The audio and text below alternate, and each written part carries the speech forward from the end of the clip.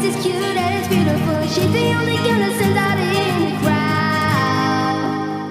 I hope you'll notice me sometime. I hope you'll be with me, be mine. You're everything, you're my sunshine.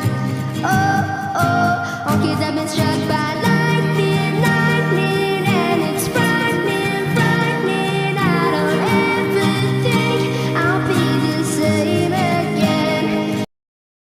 Hey, welcome to my video. Sorry I took so long to do this, my friend not long died. I'm fine though, enjoy the story. Minus. Kuru's Pove. I was lying on my bed staring at my popcorn ceiling. I tried to think of it as watching clouds, but clouds actually move, ceilings on the other hand don't. I remember my parents would be out of the country again tomorrow morning. They leave tonight at around 7. I pick up my phone at 6:34. I texted Kenma asking if he wants to come over at 7:30. He knows when my parents are out. Anyway, we're all close. His parents and mine. He answered about 5 minutes later. Sure, was all it said. Normal Kenma behavior. Time passed as I watched some good YouTube. My mother came in, kissed me goodbye, and shut the door behind her. I heard her car start and drive off. Then I heard the doorbell. I groggily walked to get it. Oh hey, I thought you were coming in half an hour. I chuckle, letting my boyfriend in. He smiles at me. We could use those 30 extra minutes though. I noticed the hint of seductiveness in his voice. This was the one side of him I rarely ever saw, his horn side. I'm not complaining though, I love when it's here. We go to my room and he immediately pushes me on the bed, sitting on top of me and kissing me. I'ma skip this part Elmao. Minus. We lie in my bed intertwined for what seemingly felt like hours, while in reality it was only about 20 minutes. Hey, the carnival comes to town tomorrow, why don't we stop by? Or we could go down and look around.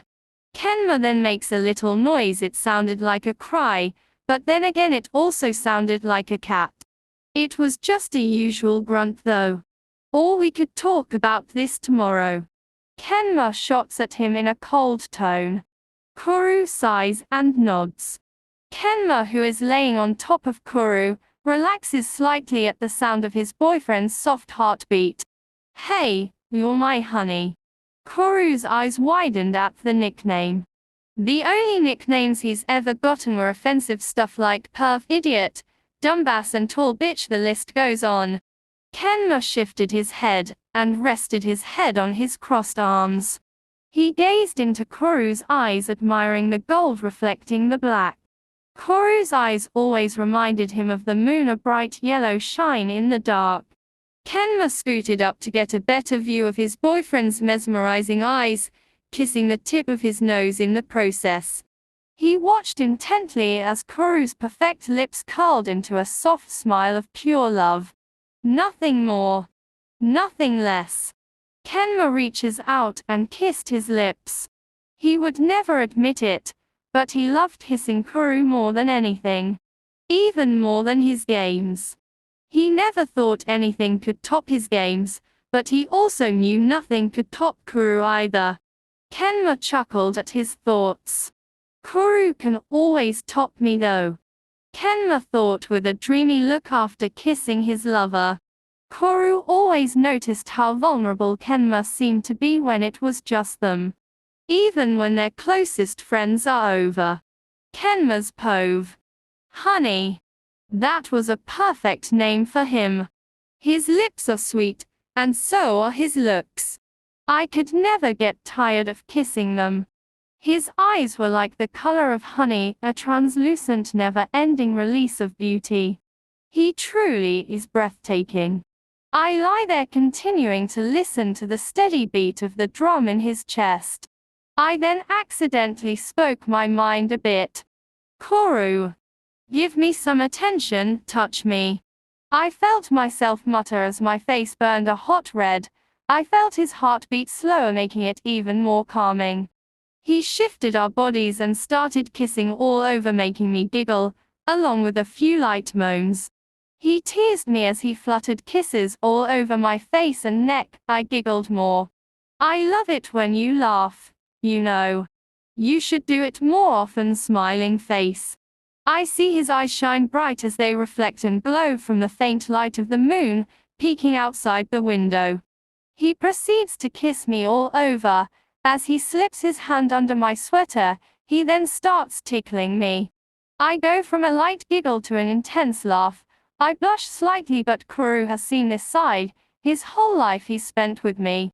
He knows everything about me. He knows me better than I know myself. I laughed harder as he stopped kissing my face.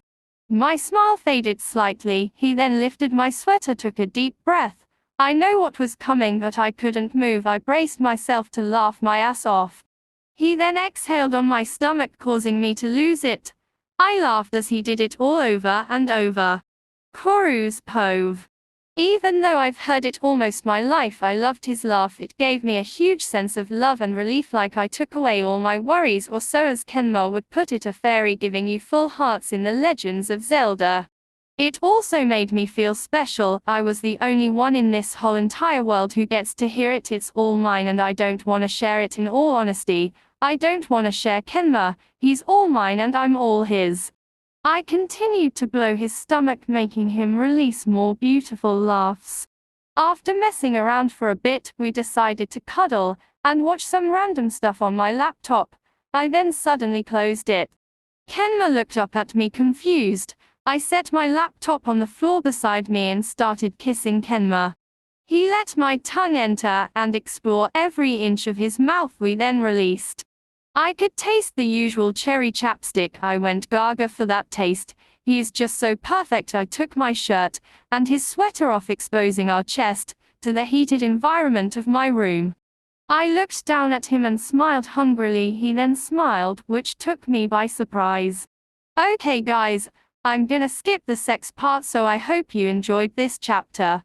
End of part 9.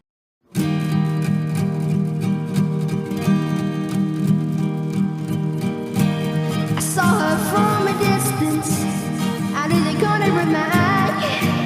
Her hair is shining bright. She's the prettiest girl I've ever seen around. I saw her from a distance. She made me wanna smile. Her face is cute and it's beautiful. She's the only girl that stands out in the crowd. I hope you'll notice me sometime. I hope you'll be with me, be mine. You're everything, you're my sunshine. Oh, oh, all kids have been struck by